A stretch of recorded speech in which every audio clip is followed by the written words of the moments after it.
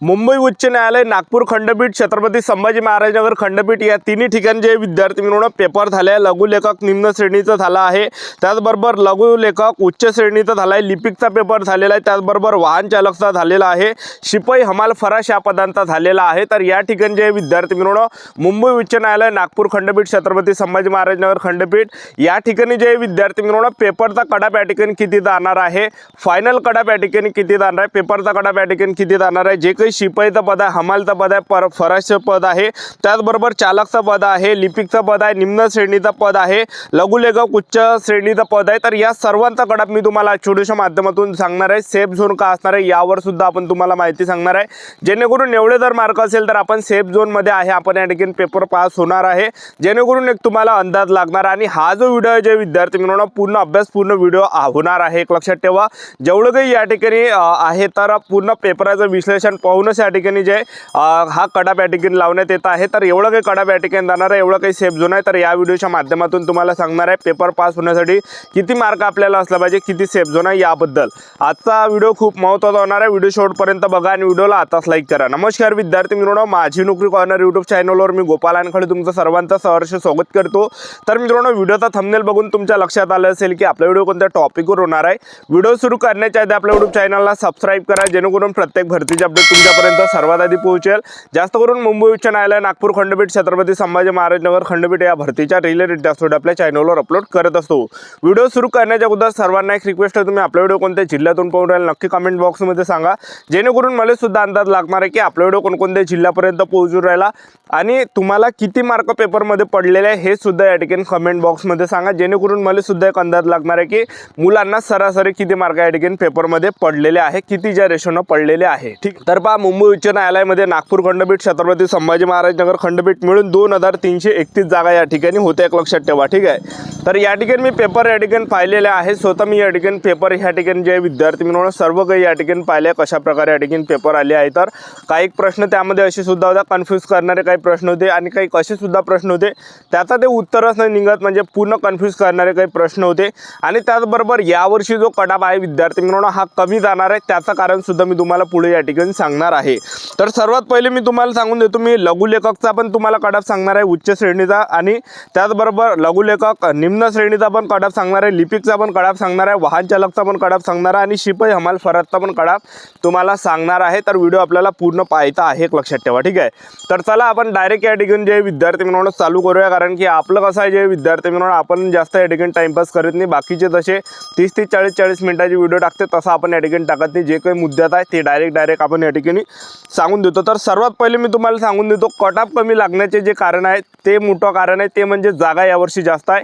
जेवढ्या जागा जास्त आहे त्यामुळे जास्त सिलेक्शन होण्याचे जास्त चान्सेस यावर्षी आहे, त्यामुळे कडाप या ठिकाणी कमी जाणार आहे। जेवढ्या जास्त जागा असणार आहे तेवढा कमी कडाप या ठिकाणी जाणार आहे, जेवढ्या कमी जागा असणार आहे तेवढा कडाप जास्त जाणार आहे, एक लक्षात ठेवा। ठीक आहे, तर कडाप कमी जाणार आहे। तर पहा, तुम्हाला सांगून देतो, लघुलेखकच्या उच्च श्रेणीच्या जे 19 जागा होत्या त्यांना जे विद्यार्थी मिळून एकाच 10च्या किंवा एकाच 15च्या रेशोनं मुलं या ठिकाणी पास करायचे आहे।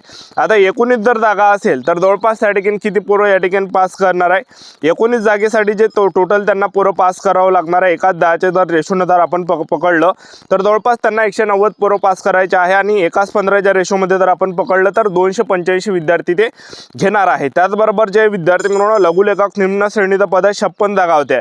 आता 56 जागेसाठी जर आपण या ठिकाणी पाहिलं तर 56 जागेसाठी एकाच 10च्या रेशोनं जर आपण पकडलं 560 विद्यार्थी पास करणार आहे, आणि एकाच 15च्या रेशोमध्ये पकडलं तर 840 विद्यार्थी या ठिकाणी पास केले जाणार आहे, एक लक्षात ठेवा। ठीक आहे, त्यानंतरचं जे पद होतं तर ते होतं लिपिकचं, 1332 जागा लिपिकच्या आहे।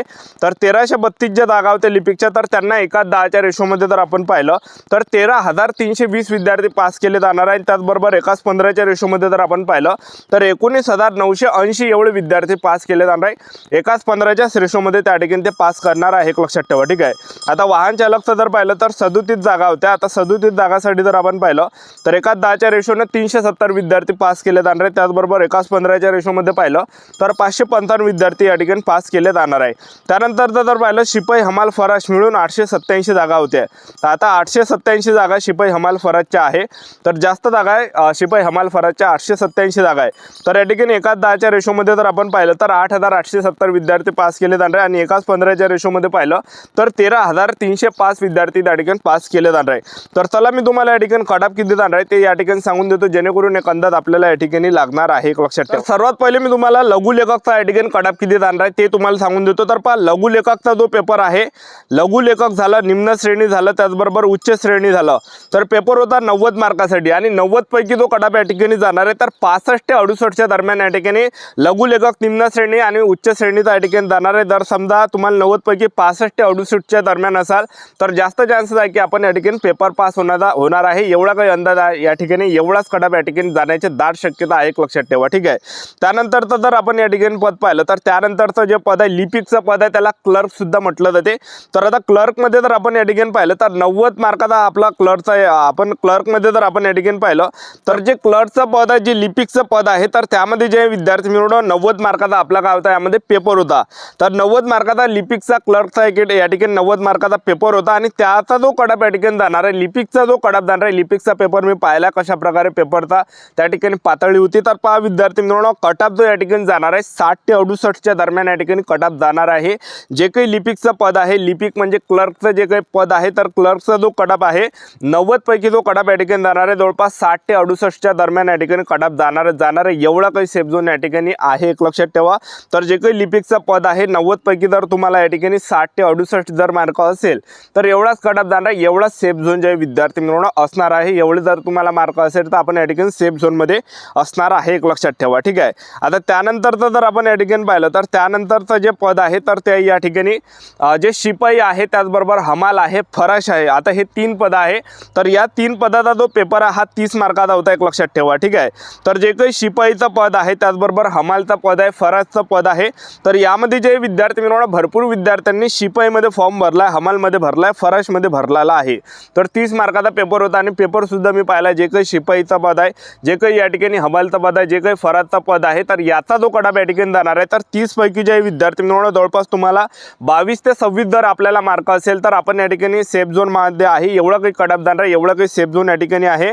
तर ज्यांनी सुद्धा शिपाई, हमाल, फराश या ठिकाणी मुंबई उच्च न्यायालय, नागपूर खंडपीठ, छत्रपती संभाजी महाराज खंडपीठमध्ये ज्यांनी सुद्धा या ठिकाणी शिपाई, हमाल, फराशचा जर पेपर दिला असेल 30 मार्काचा हा पेपर होता आणि 30 पैकी जर आपल्याला या ठिकाणी 22 ते 26 जर मार्क असेल तर आपण या ठिकाणी पास होणार आहे, एवढा काही सेफ झोन आहे, एवढा सेफ झोन या ठिकाणी असणार आहे। जर समजा शिपाई, हमाल, फराशमध्ये जर पाहिलं आपण तर 30 पैकी 22 ते 26च्या दरम्यान या ठिकाणी कडाप जाणार आहे, एवढंच काही या ठिकाणी कडाप जाणार आहे।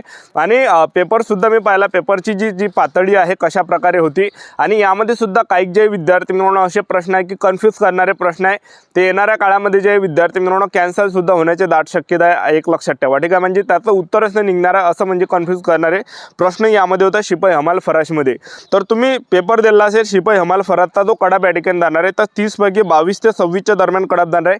30 पैकी जर तुम्हाला 22 ते 26च्या दरम्यान जर तुम्हाला असेल तर एवढं काही सेफ झोन आहे, एवढ्यामध्ये तुम्ही या ठिकाणी सेफ असणार आहे, एवढं काही कडाप जाणार आहे, एवढं काही या ठिकाणी सेफ झोन आहे एक लक्षात ठेवा। जे काही शिपाई, हमाल, फराशचा पद आहे 30 पैकी 22 ते 26 पर्यंत जाणार आहे। तर आपल्या YouTube चॅनल सबस्क्राईब करून वेळोवेळी अपडेट देत राहणार आहे मुंबई उच्च न्यायालय या भरतीबद्दल। आजच्या साठी इथंच थांबतो, भेटूया नेक्स्ट व्हिडिओमध्ये। जय हिंद, जय